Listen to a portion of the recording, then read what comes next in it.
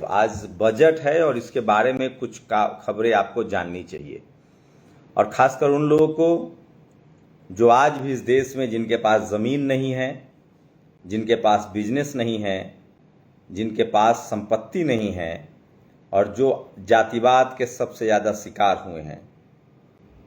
आखिर आपकी ज़िंदगी कैसे बदलेगी? मैं फिर कह रहा हूँ, इस देश में किसी भी इंसान की ज़िंदगी तभी बेहतर हो सकती है जब उसके पास एजुकेशन हो, या बिजनेस हो, या पारिवारिक संपत्ति हो।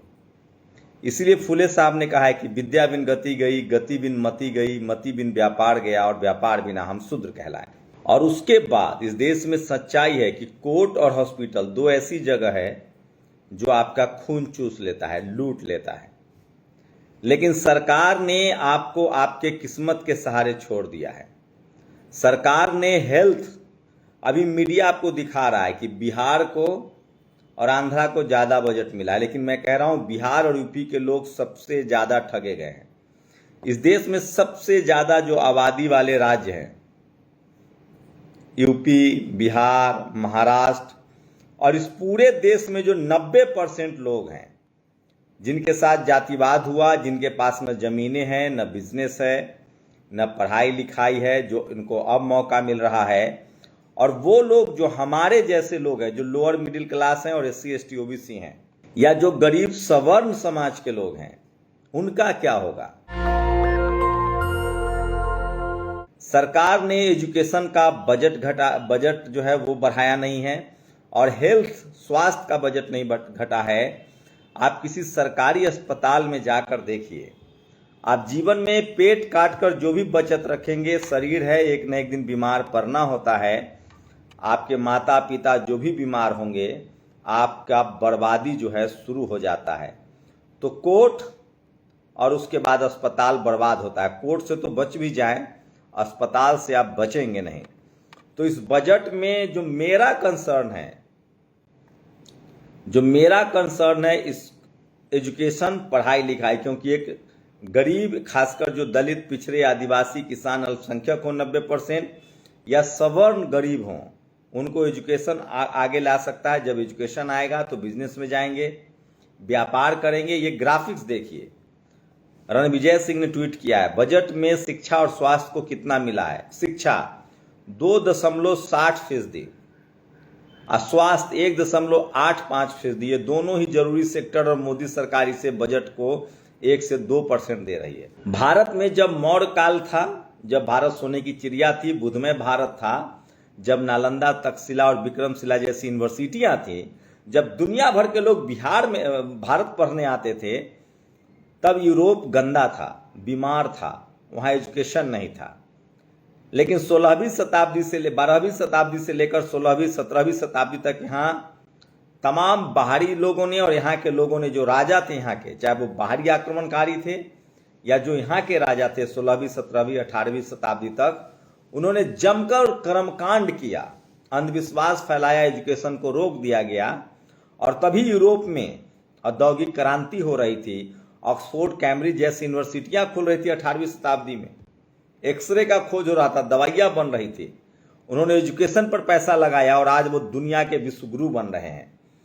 सामने चीन सबसे ज्यादा कॉलेज, यूनिवर्सिटी और मॉडर्नाइजेशन पर जोर दिया और आज सबसे आगे है। और आपकी सरकार एजुकेशन पर बजट घटा रही है और हेल्थ पर बजट घटा रही है। आपको बताऊंगा कि कितना खर्च कम हुआ है। मैं सच को सच कहूंगा, झूठ को झूठ कहूंगा। सोचिए, यूपीए एजुकेशन पर सबसे ज्यादा बजट 2004 में 2.32% था, और 2012 में 4.97% था, फिर भी कम था। लेकिन जैसे ही मोदी जी की सरकार आई, यूपीए ने थोड़ा थोड़ा बढ़ाया था। 2011 में 5.4% था, 2008 में 5.15% था, 2012 में भी 4.97, मतलब 5% के आसपास था। जैसे ही मोदी जी आए हैं, 2014 में 4%, 2015 में फिर 4%, 2016 में 3.6%, और 2022 में सोचिए किस तरह से 2.64% था। और इस बार तो इन्होंने मतलब सब रिकॉर्ड तोड़ दिया है। और 2024 में जो एजुकेशन का बजट है वो मात्र 2.60 है। अब सोचिए कि आपके बच्चों की पढ़ाई लिखाई नहीं होगी तो वो जीवन में आगे कैसे बढ़ेंगे और आपकी जिंदगी कैसे बेहतर होगी। और इसको लेकर चंद्रशेखर आजाद, मायावती जी ने तमाम बातें कही है। एक और बजट से जुड़ी बताऊंगा, राजस्थान में किस तरह से इकोनॉमिक वीकर सेक्शन को मोटा माल दिया जा रहा है, मंदिर के लिए ज्यादा बजट दिया जा रहा है, जो महल है उसको सजाने के लिए बजट दिया जा रहा है, लेकिन दलित पिछड़ों के पढ़ाई लिखाई स्कूल का बजट नहीं दिया जा रहा। और यहां तक कि SC ST OBC का जो सब प्लान का पैसा, SC ST का जो सब प्लान का पैसा है, जो संवैधानिक अधिकार है, मध्य प्रदेश में उसको भी मंदिरों के सजावट में खर्च किया जा रहा है, ये भी बताऊंगा। और ये काम मध्य प्रदेश, राजस्थान में बीजेपी नहीं कर रही है, कर्नाटक में कांग्रेस की भी सरकार कर रही है। तो आज बजट उद्योगपतियों को खुश करने वाला और देश के मजदूर, किसान, युवा, बेरोजगार, महिलाओं और बहुजनों को निराश करने वाला है। देश की जनता ने इससे उम्मीद लगा रखी थी, वो नहीं उतरा है। 140 करोड़ के लोग महंगाई से जूझ रहे हैं और अन्नदाता को MSP नहीं मिल रही है। झुनझुना कहा है चंद्रशेखर आजाद ने। BSP सुप्रीमो मायावती जी ने भी इस पर टीका टिप्पणी की है, वो भी बताऊंगा। लेकिन सोचिए, बीमारी से आप सरकारी अस्पताल को और डैमेज करने की कोशिश है। पिछली बजट में राम मंदिर का, अयोध्या का मामला था, इस बार इस बजट में इन दोनों का मामला नहीं आया है। तो मेरे लिए जरूरी था कि बजट में क्या है, आपको बिहार, आंध्र प्रदेश दिखाया जाएगा। केंद्र सरकार द्वारा प्रस्तुत किए गए बजट में दलितों को कुछ नहीं मिला, आदिवासियों को कुछ नहीं मिला, पिछड़ों को कुछ नहीं मिला, अल्पसंख्यकों को कुछ नहीं मिला, किसानों को कुछ नहीं मिला, युवाओं को कुछ नहीं मिला। यह बजट देश के 90% आबादी आजीविका पर डांका डालने वाला है। यह हंसराज मीना ने कहा है, जो सोशल मीडिया पर सबसे ज्यादा वायरल है। और सोचिए, राज्यों को लेकर टीवी अखबार कह रहा है कि बिहार और आंध्रा को बजट मिला है, मोटा माल मिला है। लेकिन एक नजर इस पर सोचिए, मध्य प्रदेश में 29 सीटें जीती, उड़ीसा ने 21 में से 20 दिए हैं, दिल्ली में 7 में 60, छत्तीसगढ़ में 11 में 10। इस बार ऐसे मुद्दे पर अवश्य सोचिए। तो बाकी राज्यों की नाराजगी बढ़ रही है और बीजेपी यहीं फंस रही है। दरअसल आंध्रा और बिहार में थोड़े से इंफ्रास्ट्रक्चर बजट मिले हैं, लेकिन सवाल है कि दोनों गठबंधन की वजह से। मोदी सरकार ने बजट में रक्षा, कृषि, स्वास्थ्य और ट्रांसपोर्ट के हिस्से में कटौती की है। मंडल आर्मी, रक्षा में 9.5% था पिछली बार, इस बार 9.43% है। कृषि में भी कटौती है, स्वास्थ्य में बहुत ज्यादा कटौती, 1.97 से 1.85, और ट्रांसपोर्ट में 11.48 से अब 11.28 कर दिया है। मुझे लगता है सबसे ज्यादा बजट जो है वो देना चाहिए था एजुकेशन और हेल्थ पर और डिफेंस पर। जिन लोगों को लग रहा है कि बिहार को स्पेशल पैकेज मिला है, वो भ्रम में। 3 एक्सप्रेसवे बनाना पहले से ही पारित था। रोड ट्रांसपोर्ट के लिए जो पैसे मिले 26,000 करोड़ रुपए, वो स्पेशल पैकेज हो गया है।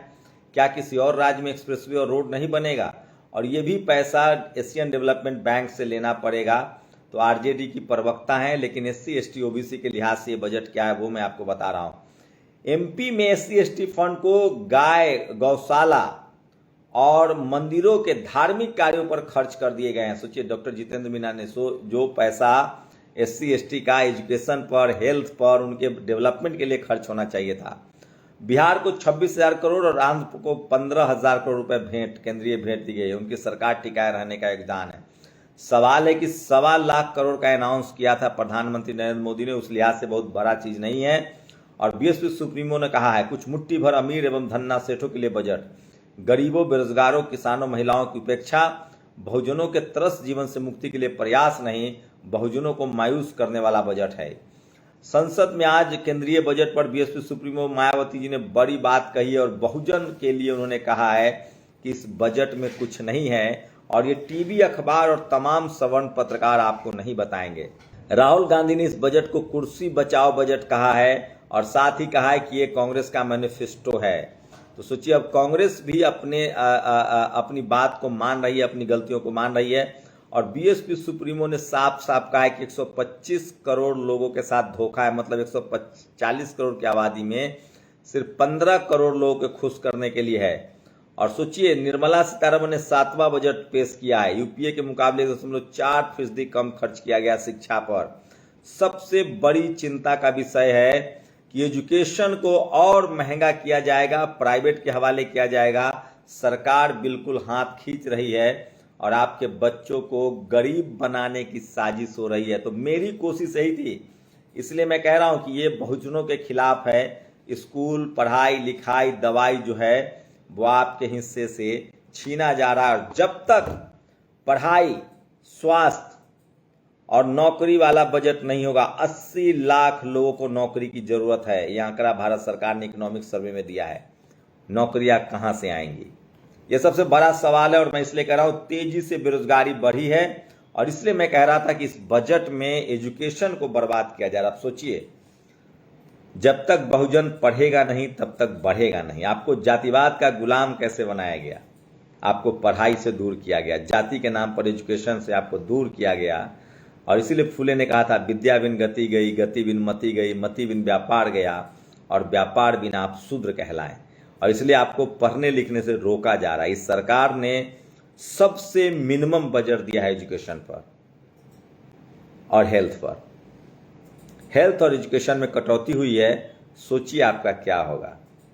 लेकिन फिर भी सोचिए, मानवर साहब ने कहा था कि मिली जुली सरकार ज्यादा अच्छी होती है। अगर मिली जुली सरकार न होती, गठबंधन की सरकार न होती, तो बिहार और आंध्र को इतना भी न मिलता। शुक्रिया। नेशनल दस्तक की आपसे गुजारिश है कि अगर इसको बचाना चाहते हैं तो नेशनल दस्तक को सब्सक्राइब करने के लिए रेड कलर के सब्सक्राइब बटन को दबाएं, फिर बेल आइकन की घंटी दबाएं। नेशनल दस्तक को बचाने के लिए बहुत जरूरी है कि हर खबर को शेयर करें, लाइक करें, कमेंट जरूर करें।